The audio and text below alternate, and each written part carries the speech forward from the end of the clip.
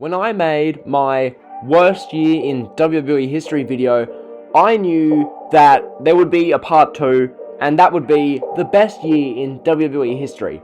Now, when it comes to, the worst year in WWE history, it's basically unanimous that it's either 1995 or 2018, or if you want to say 2020 so far. That's kind of the unanimous worst year ever. But then there's the best year ever.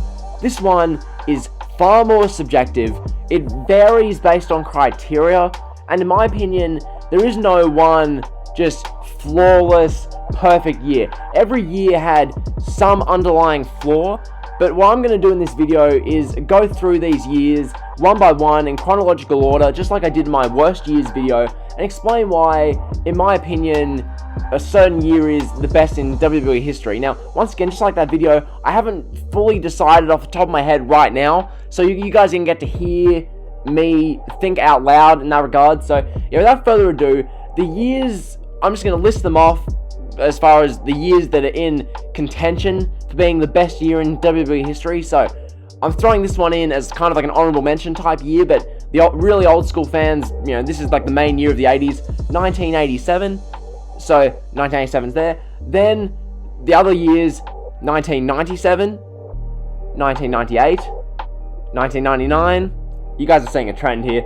Okay, 2000, 2001, 2002, 2003, and 2005, 2008, and I don't even agree with this video of this year being in the video, but I'm throwing it in just because people like it due to SmackDown 2016. So those are the years that I'll be discussing in this video. Without further ado, I'm going to get into this. So first up, 1987. This is a year which I'm going to basically breeze through.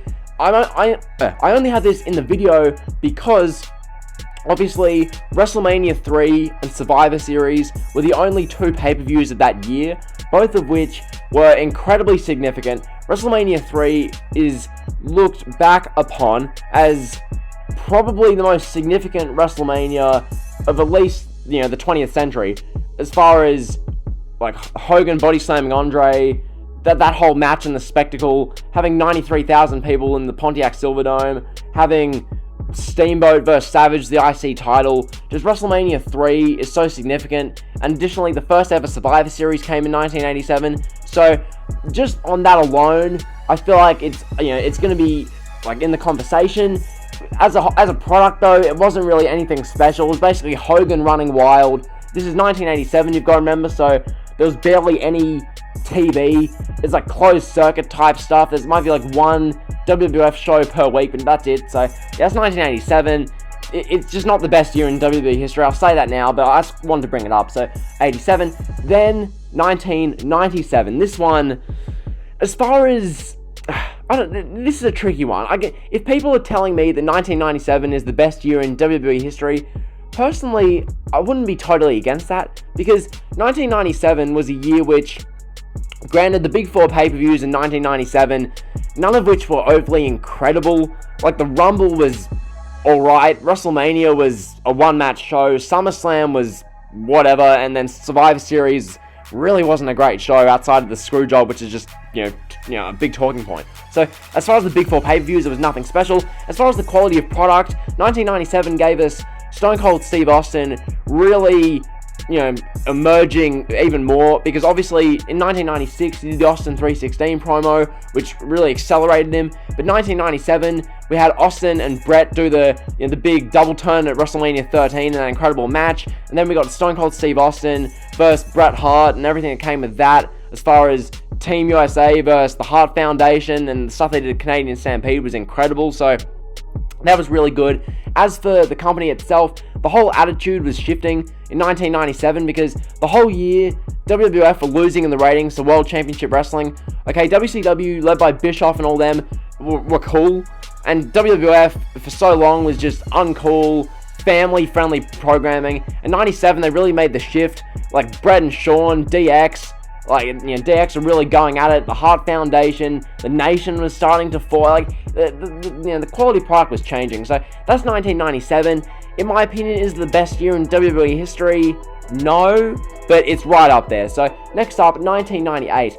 1998 is a year which quite frankly, I think I could well end up saying this is the best year in WWE history, because, in my opinion, look, once again, as is the case with pretty much any of these Attitude Era years, as far as the pay-per-views themselves, the 1998 pay-per-views weren't like NXT takeovers, like Takeover New York or anything, but what they did as far as week-to-week episodes of Monday Night Raw, and how cool, how hip, how trendy the WWF was, how intense and how lively the shows were.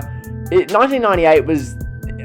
98-99 as years were the peak in the company's history as far as interest, and 2000 as well, but in my opinion 98 is, I just have such a soft spot for that year, but it's just something about 1998, because really that was when the tide was like fully shifting. WWF beat WCW in the ratings for the first time in April 1998. So Stone Cold Steve Austin, the Austin era has begun. That was just incredible call by JR. Shawn Michaels, he transitioned off into his back surgery and changing himself. Meanwhile, Stone Cold Steve Austin was the unanimous face of the company. Stone Cold Steve Austin was carrying the World Wrestling Federation. Meanwhile, you had The Rock leading the nation and eventually leaving the nation. So you had The Rock there. You had Triple H leading Degeneration X. So you had Rock and Triple H, and all that stuff was awesome. Obviously, you had Austin versus McMahon. And additionally, you had Austin versus The Undertaker, Austin versus Kane, Austin versus Undertaker and Kane. You had Austin versus Foley. Just all the stuff they were doing, like the Survivor Series with the Deadly Game tournament. SummerSlam 1998 was incredible. I love SummerSlam 98. WrestleMania was a damn good year. The 98 Rumble was pretty good. Like, as a year, I don't think you're topping 1998 holistically, as far as how significant the shows were, how much 1998 did for the WWF. 1998 was a year which saw the WWF go from WCW's just clown show circus, the product and the company which WCW were just kicking and beating in the ratings every week. WWF overtook them in 1998 and really took a stranglehold of the Monday Night Wars, which proved so critical in their long-term longevity. So that's 1998. I think that one's going to be the best year in WWE history. I've got a hunch. So then we move to 1999. 1999, really the thing that's stopping it from being better than 98 is the quality of pay-per-views. The quality of pay-per-views in 1999 was not good. It really wasn't good. I mean, Jesus Christ, where do you begin? The 99 Rumble was literally The Rock hitting Mankind in the head with a steel chair over and over.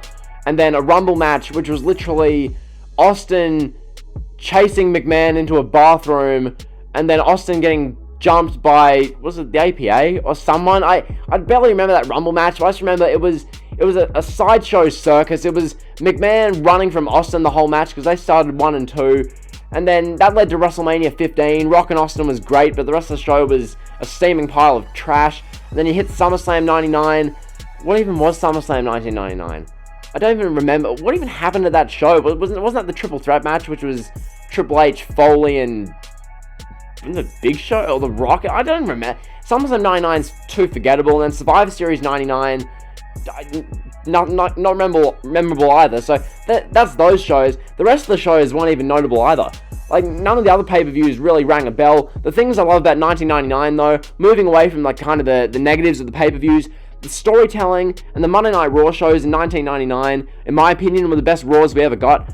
As far as the week-to-week booking of the shows, I absolutely love the corporate ministry, the Ministry of Darkness, everything to do with that. I love when I watch pro wrestling, and it's like these Monday Night Raw shows, the crowd is hot, engaged, amped, got their signs, Jerry Lawler on commentary. We open the show, or whenever on the show, we have, God, I'm not gonna name everyone in the corporate ministry, but basically Undertaker, Triple H, Vince, Shane, Paul Bearer, APA, Midian, etc., Edge, Christian, Gangrel. I go on and on. You have all these people in the ring cutting. There's this giant faction, and then they're cutting this promo. McMahon's being a big heel. Undertaker's looking menacing as hell. Triple H is there. Then Stone Cold Steve Austin comes out. You've got either The Rock or someone comes out, and it's just this big thing. The corporate ministry versus Austin. It's just awesome stuff. But really, 99.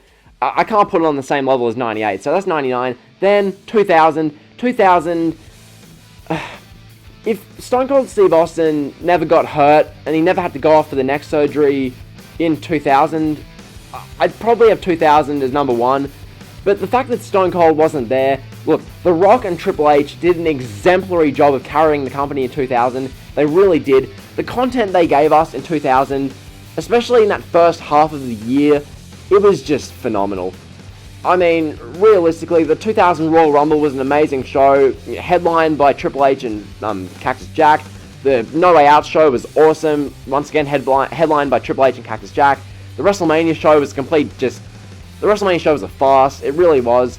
It was just a bunch of multi-man stipulation BS, booked by Vince Russo, I swear. So that was Mania. Then the 3 pay-per-views afterwards. Backlash was incredible, Judgment Day was amazing, and Fully Loaded was just phenomenal. So the 3 pay-per-views were amazing. So as far as matches and quality of booking and pay-per-views, 2000 was in the first half the best we've ever gotten as far as how popular the product is mixed with the quality of wrestling.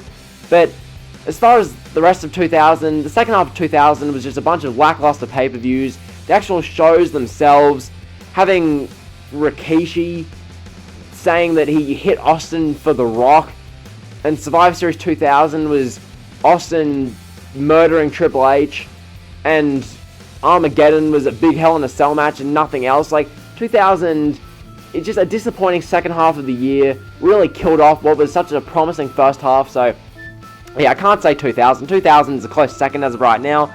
Then 2001. This is a year which I've seen people put in their top 10 worst years ever, which personally I find 2001 a very, very interesting case study of a year, because 2001, when you look at it as a year, the first 3 months were incredible and everything else sucked. I'm sorry, the invasion angle was a complete just abomination disaster. 2001, I'm going to move on from it because it's not in the top 5 in my opinion. 2001, look, if we're basing this off 3-month spans, the 3-month span from January through beginning of April 2001 was the best in wrestling history, in my opinion.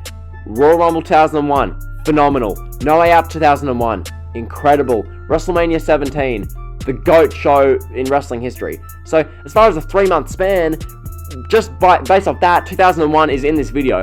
But as far as the invasion, oh my god, get that away from me. So 2001, it's not the best year. 2002, some people love this year. Obviously, quality of pay-per-views, SummerSlam and Survivor Series 2002 were phenomenal. Oh my god. SummerSlam 2002 was amazing. Survivor Series was incredible. I love that Survivor Series show. I love the SummerSlam show. Those are both phenomenal. No Mercy 2002 was a great show. The pay-per-views, Judgment Day 2002 was awesome. I remember, No Way Out 2002 was a bunch of fun. Armageddon 2002, I think. Was it Armageddon? I remember the December pay-per-view was really good. The pay-per-views in 2002 were, on the whole, really good. But I just didn't like 2002 because of the brand split. The brand split in 2002, I didn't love it. I really didn't. 2002 was the whole get the F out thing, where they went from the WWF to the WWE, which lost a bunch of viewers. A bunch of the wrestling audience saw the direction they were going to the entertainment, family-oriented shows, and they just turned off. And 2002, the brand split didn't do it. As I said, having a roster as talented as the 2002 one, with the NWO coming in, you had Ric Flair, you had the WCW guys who should have led the invasion if their contracts worked out that way, but they didn't. So you have the WCW guys, Hogan, Flair, Nash, Hall, they're in the company. You got so much talent. Brock Lesnar breaks out as a star. You get a bunch of just new guys coming out as far as Raw and SmackDown. Edge is starting to become a star. Eddie Guerrero is really breaking out. All these guys. But it didn't do it for me. So 2002 is going to be up there, but it's just not it. So then 2003, I mean, 2003 is top 5. It really is, in my opinion. I think WrestleMania 19 was phenomenal. Survivor Series 2003 was good. SummerSlam was good. I mean, as a year, SmackDown 2003 was amazing. Raw was Raw was the entertainment show. SmackDown was the wrestling show. It was what it was. I'm not going to talk too much more about 2003. really, I think 2003 is like it's top 5, fringe top 5. It's up there, but it's not top 1 or 2. So moving on, 2005 now. This year was a very good year, coming off 2004, which was really not good. 2004 wasn't a good year. They hit 2005, and the quality of product just goes up like a bunch. WrestleMania 21 was fantastic. Just the whole like kind of feel of the shows. Just something that 2005, like SmackDown was fun after a pretty bad 2004 with JBL and Orlando Jordan and the Cabinet running SmackDown for 6 months. Coming off of that, you hit 2005, and you've got Cena and Batista, becoming stars. You've got Monday Night Raw with Batista versus Triple H for like 4 months, where Batista beat Triple H clean 3 straight pay-per-views, which was sick. Shout out to Triple H for that. But yeah, Raw was a heap of fun. SmackDown was good. So 2005 is really good. The pay-per-views were consistently really fun. So 2005 is definitely up there. Then 2008. This is one which I think a lot of people are going to say is the best year in the company's history, realistically, because as far as the pay-per-view to pay-per-view basis, 2008 was phenomenal. It really was. Rumble 2008 with Cena returning, great. You had WrestleMania 24, one of the best WrestleManias of all time. You had SummerSlam 2008, really good show. Survivor Series 2008, entertaining, and the pay-per-views in between there. I remember Judgment Day 2008 was really good. I forget which show it was. Was it No Mercy 2008 with the Michaels and Jericho ladder match? I believe that was awesome. Like 2008 was just such a fun year. Such good stuff in 2008. 2008, that's top 3. Then 2016. I'm gonna mention this briefly because SmackDown 2016 was that good, but really 4 months of SmackDown being good doesn't save 12 months of boring, redundant episodes of Raw where Roman Reigns is being pushed to the moon, and you've got Jericho and Owens versus Mick Foley and Seth Rollins every week. 2016 on Raw was garbage. It was the cruiserweights being thrown onto TV when no one really knew them outside of a few indie fans. You had the women being pushed down your throat to a point where it was nauseating, because a revolution means have the women do everything the men do. And because I made a whole video on this, I'm not going to get into it. So yeah, 2016, I just didn't like Raw. SmackDown for the last 4 months was amazing. It was amazing. It really was. 2016 SmackDown was flawless those last 4 months. But the first 8 months of SmackDown sucked, and the pay-per-views in 2016 weren't even very good. Like, the 2016 Rumble was fine. Fastlane 2016, was it Fastlane? Yeah, Fastlane 2016 is completely forgettable. They did a Roadblock show, that was garbage. WrestleMania 32 sucked.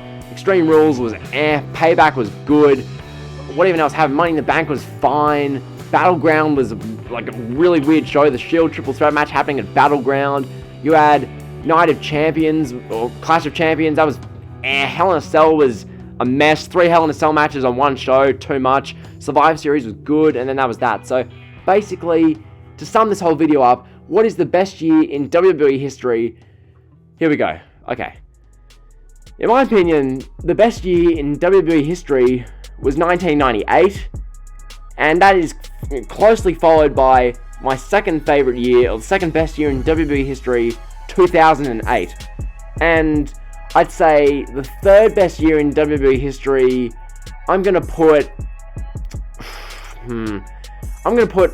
this. I'm gonna do a 4-way tie between 1997, 2000, 2002, and 2005. And then that means the remaining years, 1987, 1999, 2003, and 2016. So that's been the video. Hopefully you've enjoyed. If you have, be sure to like, comment, sub. You guys know the drill. See ya.